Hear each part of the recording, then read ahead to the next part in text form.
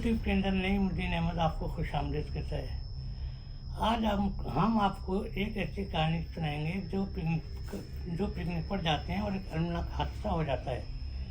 ये कहानी कुछ इस तरह से है कि कराची में कुछ लड़कों ने अपना एक प्रोग्राम बनाया पिकनिक पे जाने का। और माह जून जुलाई का महीना होता है जिसमें समंदर बेइंतहा चढ़ा हुआ होता है।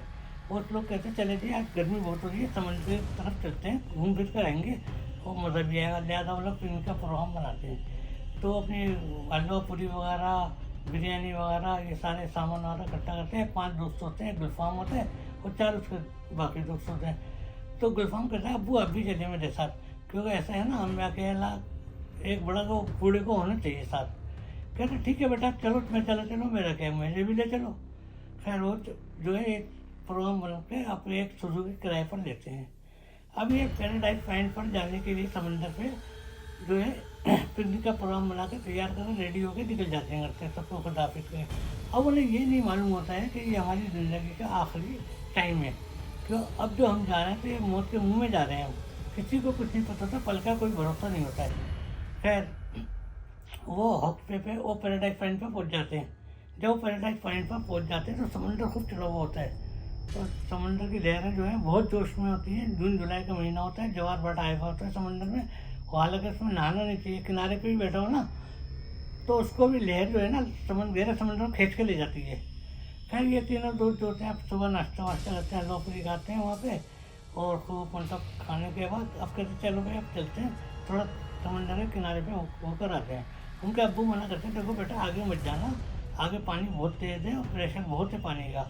तो नहीं कहते अब्बू हम लोग किनारे पे बैठ लेंगे। अब ये किनारे पे थोड़ी देर बैठ के एंजॉय करके तकरीबन 1-1.5 घंटे का जब वापस आ जाते हैं। फिर अपना खाना वाना खाते हैं, थोड़ा सा आराम करते हैं। कहते अब्बू हम फिर जा रहे हैं दोबारा समंदर पर। कहते हाँ जाओ बेटा, बस आगे ना जाना, ये ख्याल करना। उनका बाप बेचारा किनारे पर बैठा था, उन्होंने हट किराए पर लिया हुआ होता है। तो अब वो किनारे बैठा था, ये 4-5 जो दोस्त जो होते हैं जा रहे होते हैं, थोड़े घुटने तक पानी तक आगे चले जाते हैं।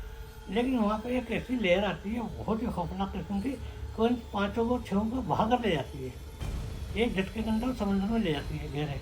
अभी अपने तवाज़ुन बरकरार नहीं सकते, 5 लड़के जो होते हैं डूबने लगते हैं। गुलफाम आवाज़ लगाता है बचाओ बचाओ अब्बू मुझे बचाओ अब्बू मुझे। उसको बाप ने सुनता रहे मेरा बेटा डूब रहा है और उसे दोस्त भी डूब रहे हैं।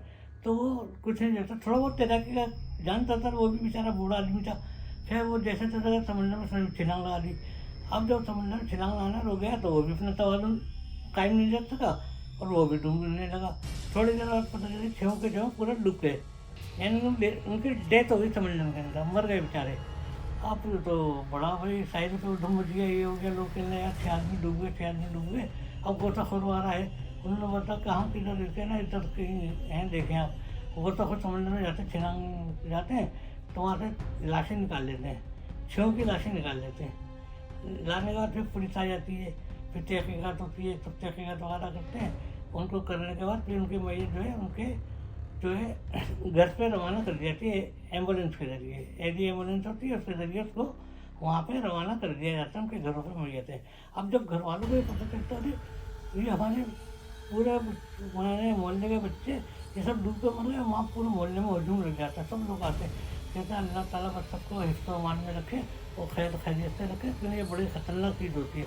पिकनिक पे जाता तो है आदमी खुशी खुशी, लेकिन उससे पल का भरोसा नहीं होता किस टाइम क्या हो जाए, किस टाइम वो मर जाए, क्या होगा, क्या हादसा हो जाए। तो ये चीज़ों को एहतियात ज़रूर करनी चाहिए हमें, और आपको सबको ये एहतियात इसलिए ज़रूरी है, बहुत ज़रूरी। अच्छा अब उसके बाद क्या होता है, उसके बाप की जो है ना रूह वो वहाँ भटकती रहती है साहिल समंदर पर जहाँ पर उनकी मौत हुई होती है। तो वो जो बार बार उसकी रूह होती है ना वो रात के टाइम ईशा के बाद वो वहीं पर ही आती है, हट के ऊपर जहाँ पर ये हट किराए पर लेते हैं, वहाँ पर रूह आती है इसकी, उसके बाप की। वो बैठा रोता रहता है, रोने के बाद सुनते 2-3 आदमी कहते अरे बाबा क्या बात है तुम क्यों रो रहा। तो वो एकदम गायब हो जाती है, थोड़ी देर रूह जो होती है गायब हो जाती है, फिर आ जाती है। तो फिर बैठा होता है।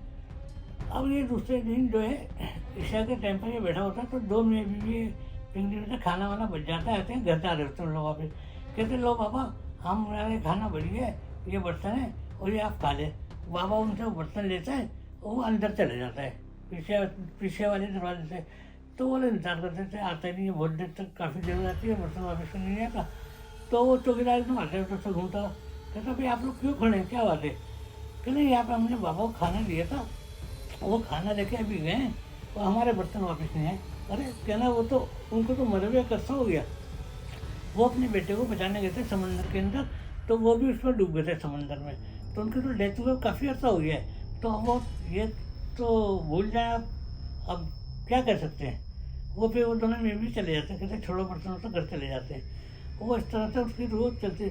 कई लोगों ने देखा कि रात के टाइम और फजर के टाइम पर वो रूह बैठी होती है, अपने बच्चे का इंतजार करती रहती है कि मेरा गुलफाम आएगा, मेरा गुलफाम आएगा।